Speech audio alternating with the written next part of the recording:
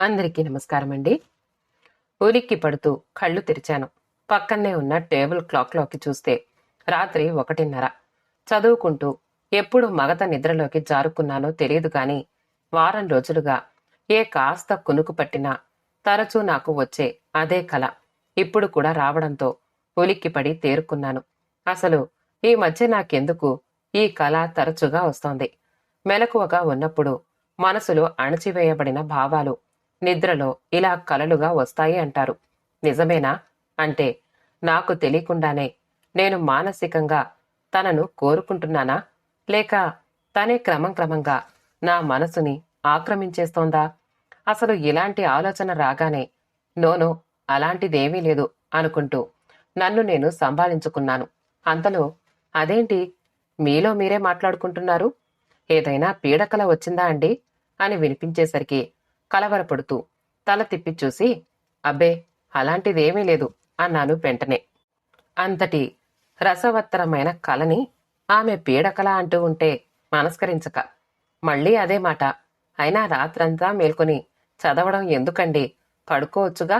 మంచం దిగి నా వైపు వస్తూ అంది. మార్తవం అనే పదానికి తన స్వరాన్ని నిర్వచనంగా చూపించవచ్చని చాలాసార్లు అనిపించింది నాకు. అలాంటిదేమీ లేదు అన్నాను ఆమె మాటలకు బదులుగా. తను మరింత దగ్గరకొచ్చి అసలేమైంది మీకు? ఒకే మాట పదే పదే అంటున్నారు అంది అనునయంగా. లేదు లేదు అలాంటిదే అంటూ మధ్యలోనే ఆగిపోయి తలెత్తి చూశాను ఆమె ముఖంలోకి. నా చూపులతో పాటు టేబుల్ ల్యాంప్ వెలుగు కూడా కింద నుంచి పైకి ప్రసరిస్తూ ఉండటంతో వెలుగు నీడల నడుమ ఆమె ముఖం చంద్రబింబంలా కనిపించింది. చప్పున చూపులు మరల్చుకుంటూ అన్నాను, రేపటితో మా డిపార్ట్మెంటల్ పరీక్షలు అయిపోతాయి. నాకు ప్రమోషన్ రావాలంటే ఈ పరీక్షలు రాయాలి మరి. కొద్ది క్షణాల మౌనం తర్వాత అంది, కాఫీ తీసుకురానా? నా మనసులోని భావాన్ని కరెక్టుగా పసిగట్టడం ఆమెకెలా అబ్బిందో. నా నుంచి బదులు రావడమే ఆలస్యం. వెంటనే వంటగది వైపు కదిలిన ఆమె వంకే చూస్తూ ఉండిపోయాను. 2 నిమిషాల తర్వాత నాకైతే తప్పదనుకో, నువ్వెందుకు అర్ధరాత్రి వేళ శ్రమపడటం? పడుకునే ముందే ఫ్లాస్క్లో కాఫీ పోసి నా టేబుల్పై పెడితే నేనే తాగేవాణ్ణిగా. ఆమె నుంచి కాఫీ కప్పు అందుకుంటూ అనకుండా ఉండలేకపోయాను. నిద్ర మానుకుని మీరింత కష్టపడి చదువుకుంటూ ఉంటే ఏమాత్రం కాఫీ కాచివ్వడం పెద్ద శ్రమేం కాదులేండి. పైగా ఈ కారణంతోనైనా మీతో 4 మాటలు మాట్లాడే అవకాశం దొరుకుతుందిగా అంది స్వచ్ఛంగా నవ్వేస్తూ. ఆ చివరి వాక్యం నా మనసులో ఎక్కడో సూటిగా గుచ్చుకున్నట్లు అనిపించింది. ఆమె ముఖంలోకి చూడలేక తల దించుకుంటూ ఉండగా అడిగింది, ఇంకా ఏమైనా కావాలా అని. పుస్తకంలోకి చూస్తూనే తల అడ్డంగా ఊపాను. సరే మీరు చదువుకోండి, ఏదైనా అవసరం వస్తే నన్ను నిద్రలేపండి అని మంచం వైపు నడిచింది. నేను బదులివ్వలేదు. తల ఉంచుకుని కాదు కాదు. నా పట్ల ఆమె చూపిస్తున్న ఆదరణ అనురాగాలకి నా ప్రతిస్పందన గుర్తొచ్చి తల దించుకుని పుస్తకంలోకే చూస్తూ ఉండిపోయాను చాలాసేపు. ఏ కారణంతోనైనా 4 మాటలు మీతో మాట్లాడే అవకాశం దొరుకుతుందిగా అన్న తన మాటలే గుర్తొస్తూ నా చెవుల్లో ప్రతిధ్వనిస్తున్నాయి.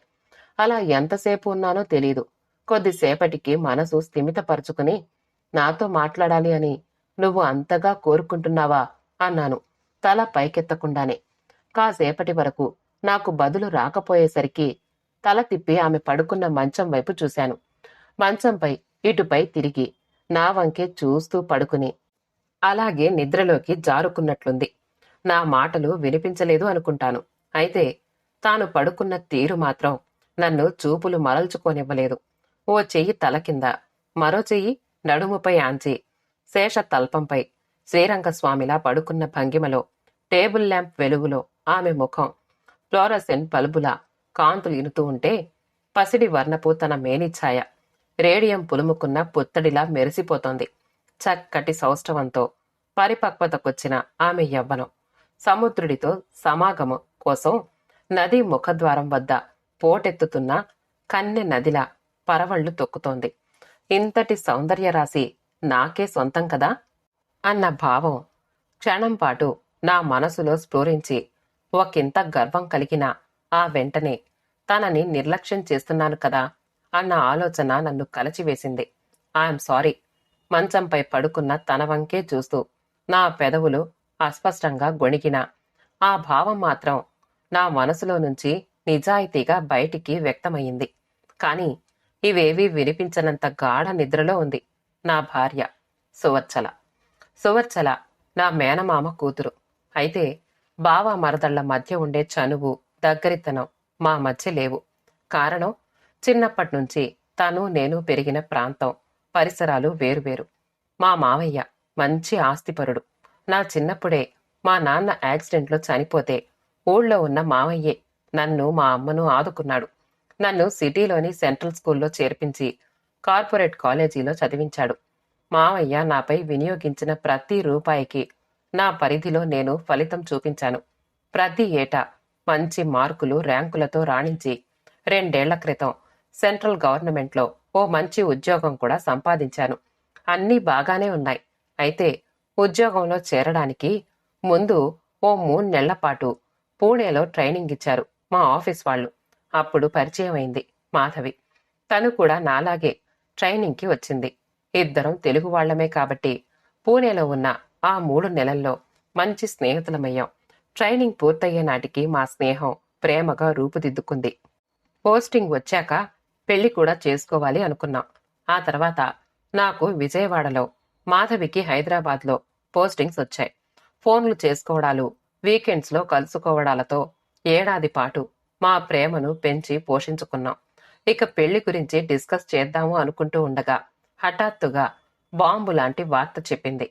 తను ఓ ఎన్ఆర్ఐని పెళ్లాడబోతున్నాను అని. నాకు వెంటనే అర్థం కాలేదు. అదే అడిగానామెని. ఏముంది, ఇంటర్నెట్లో నా ప్రొఫైల్ని చూసి ఇంప్రెస్ అయ్యాడట. తర్వాత చాటింగ్లో ఇద్దరం కాంటాక్ట్ అయ్యి డీటెయిల్డ్గా డిస్కస్ చేసుకుని ఓకే అనుకున్నాం అంది. అది కాదు మాధవి, మనం పెళ్లి చేసుకోవాలి అనుకున్నాం కదా అన్నాను. అవును అనుకున్నాం, కానీ ఎలా? నువ్వు విజయవాడలో, నేను హైదరాబాద్లో. ఎలా కాపురం చేయగలం? ఎవరో ఒకరు ట్రాన్స్ఫర్ పెట్టుకోవాలి, లేదా రిజైన్ చెయ్యాలి.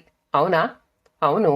కనీసం మరో 3 ఏళ్ల దాకా మనం ట్రాన్స్ఫర్కి అప్లై చేసే ఛాన్స్ లేదు. ఇక నేను మాత్రం నా ఉద్యోగానికి రిజైన్ చెయ్యలేను కరాఖండిగా చెప్పేసింది. అయితే 3 ఏళ్ల తర్వాతే పెళ్లి చేసుకుందాం. అంతకాలం ఆగటం అవసరమా? సూటిగా చూస్తూ అడిగింది. పోనీ నేనే రిజైన్ చేసి హైదరాబాద్కి వచ్చేస్తాను, సరేనా అన్నాను వెంటనే. అది కూడా అంత అవసరమా? కాస్త ఆలోచించు నింపాదిగా అంది. మరి నువ్విక్కడ ఉద్యోగం చేస్తూనే అమెరికాలో ఉన్న ఆ ఎన్ఆర్ఐని పెళ్లాడి ఇక్కడ్నుంచే అతగాడితో కాపురం చెయ్యాలి అనుకుంటున్నావా అన్నాను ఉక్రోషంగా. లేదు, జాబ్కి రిజైన్ చేసి నేనే అమెరికా వెళ్ళిపోతున్నాను. రిజైన్ చెయ్యను అని ఇందాకే అన్నావు, ఇప్పుడేమో రిజైన్ చేసి అమెరికా వెళ్ళిపోతున్నావు అంటున్నావు. నువ్వేం మాట్లాడుతున్నావో నీకు తెలుస్తోందా అన్నాను కోపంగా. Yes, I'm very clear about me. నీ విషయంలో నేను రిజైన్ చెయ్యను అన్నాను, అతని విషయంలో చేస్తాను అంటున్నాను. అంతే, చాలా స్పష్టంగా, కాన్ఫిడెంట్గా చెప్పింది. అంటే నాకు వెంటనే అర్థం కాలేదు.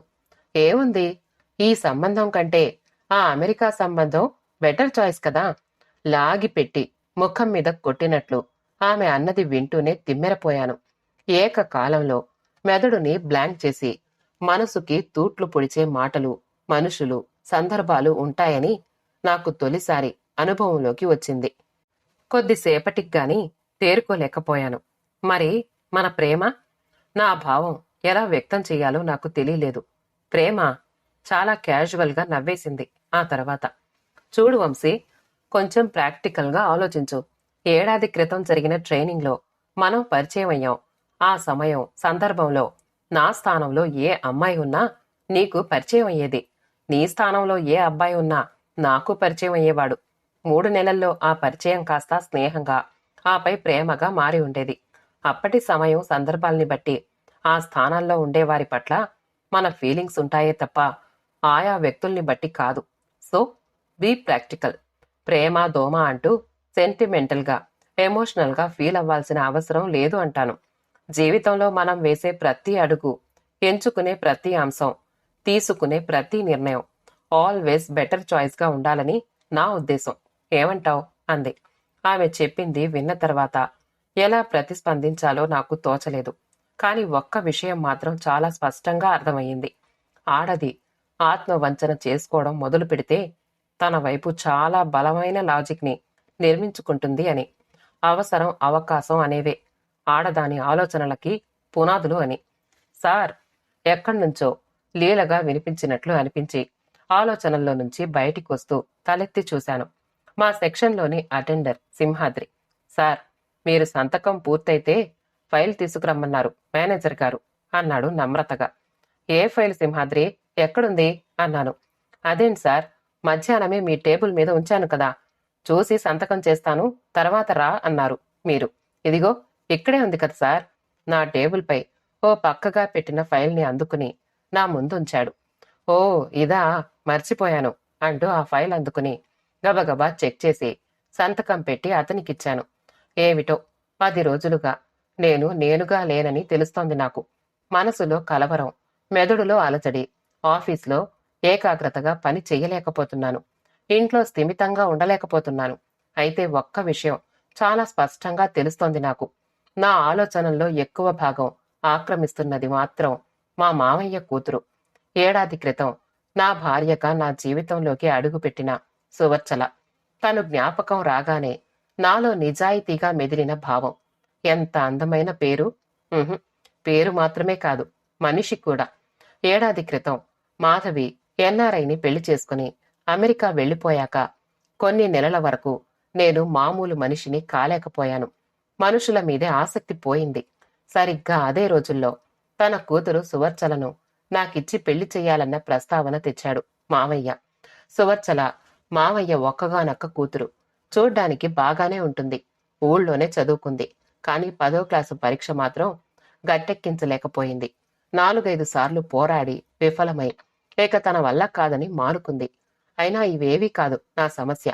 మాధవిని ప్రేమించి ఆమెతో వైవాహిక జీవితం గురించి మనసులో కట్టుకున్న కలల మేడలన్నీ కుప్పకూలిపోయేసరికి నాకు జీవితమే లేదు అనిపించింది.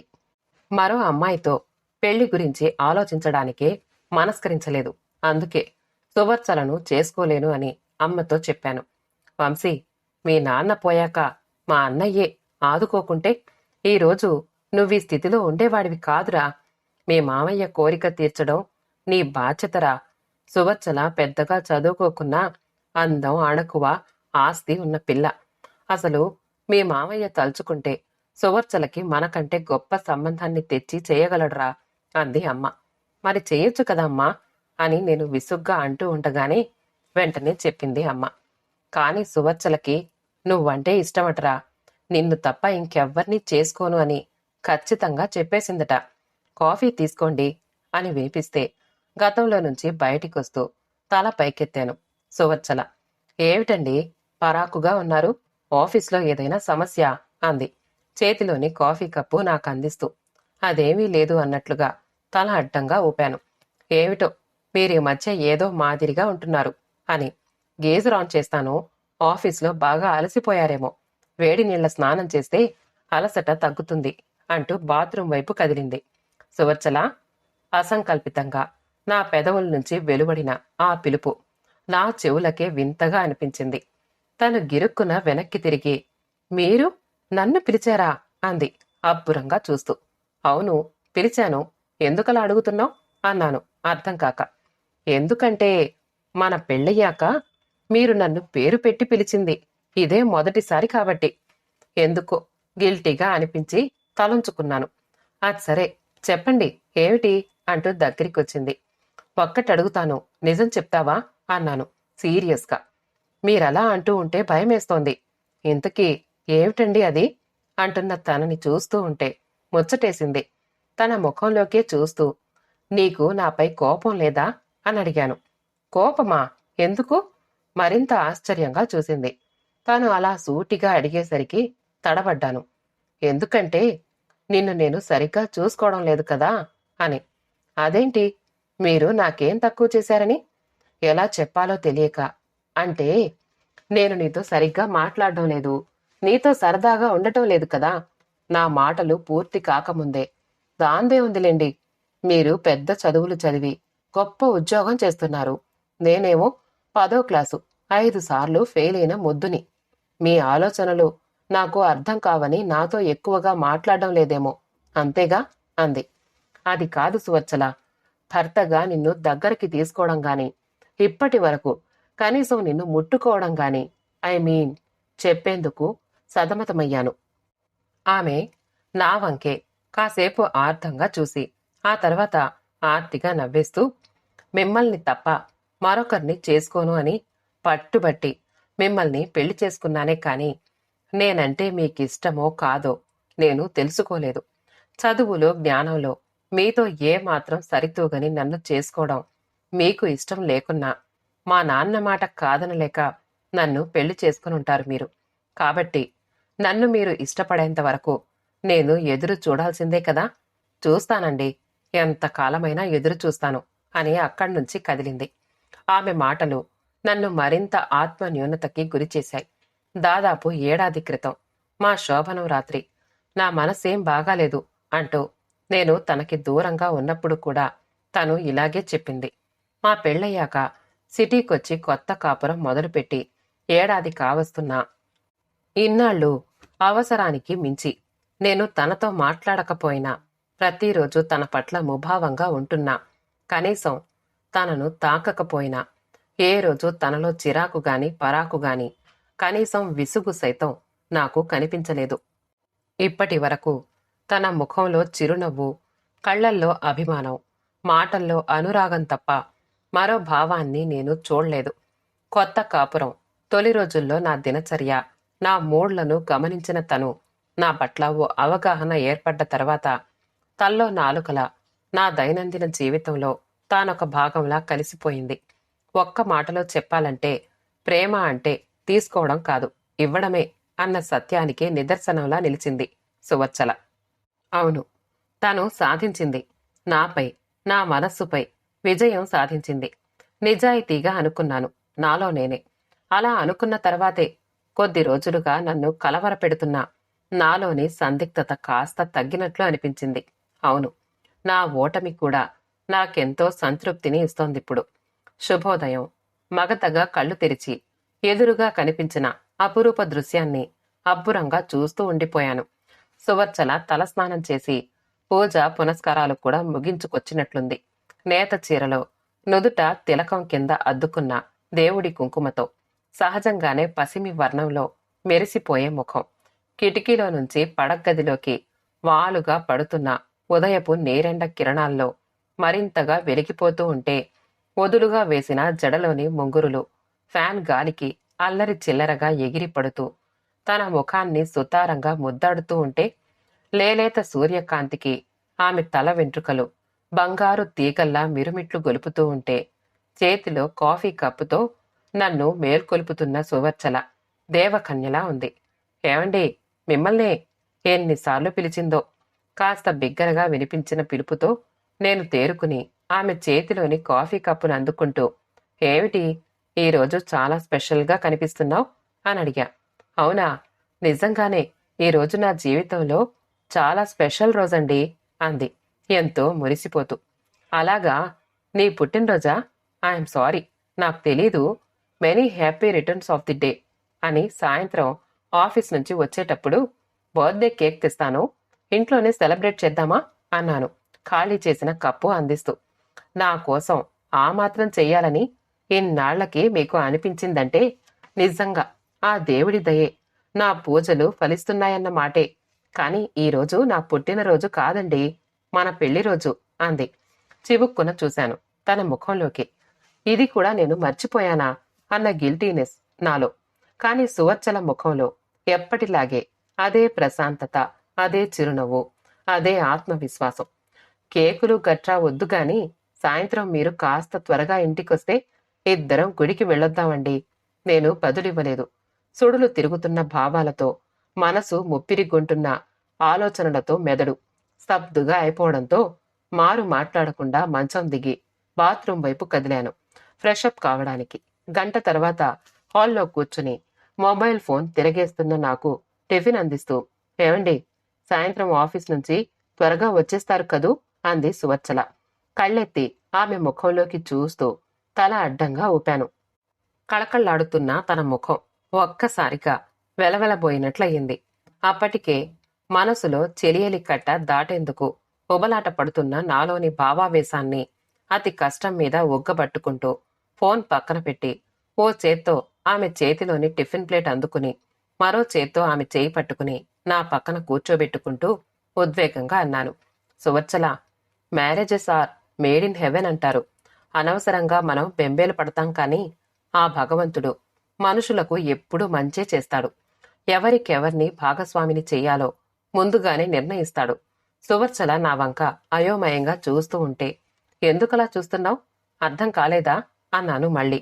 అవునండి, అర్థం కాలేదు అంది నా కళ్ళల్లోకే మార్చి మార్చి చూస్తూ.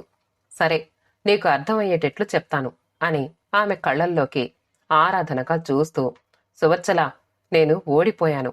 నీ సహనంతో, ప్రేమతో నాపై, నా మనస్సుపై నువ్వు పూర్తిగా గెలిచావు. నా ఈ ఓటమి కూడా నాకెంతో తృప్తినిస్తోంది అని అరచేతులతో ఆమె ముఖాన్ని దగ్గరకు తీసుకుని, సువర్చల, ఇన్నాళ్ళు నిన్ను బాధ పెట్టినందుకు వెరీ సారీ. సాయంత్రం ఆఫీస్ నుంచి నేను త్వరగా రావడం కాదు. ఈ రోజు నేనసలు ఆఫీస్కే వెళ్ళను. రోజంతా మన పెళ్లి రోజుని ఘనంగా జరుపుకుందాం అంటూ తన నుదుటిపై ఆర్తిగా చుంబించాను. ఊహించని హఠాత్ సంఘటనకు కొద్దిసేపటి వరకు తేరుకోలేకపోయిందామె. ఆ తర్వాత ఉద్వేగాన్ని ఆపుకోలేక అలాగే నా గుండెల్లో తలదాచుకుంటూ ఒదిగిపోయింది. తన మానసిక స్థితిని అర్థం చేసుకున్నవాడిలా ఆమెను అలాగే పొదివి చేర్చుకుని తల నిమురుతూ ఉండిపోయాను. నేను కూడా పొంగి పొరలే నది కెరటాలు, చెలియ కట్ట దాటినట్లుగా ఆనందోద్వేగాలు, మనసు గట్టు దాటిన మనిషి స్థితి ఎలా ఉంటుందో నా స్వానుభవంలోకి వచ్చింది. అంతేకాదు, నా ఎదురుగా కూడా స్పష్టంగా కనిపిస్తోంది సువర్చలలో. శుభం. కథ సమాప్తమండి. కథ నచ్చితే మా ఛానల్ని లైక్ చేయండి, షేర్ చేయండి, సబ్స్క్రైబ్ చేసుకోండి.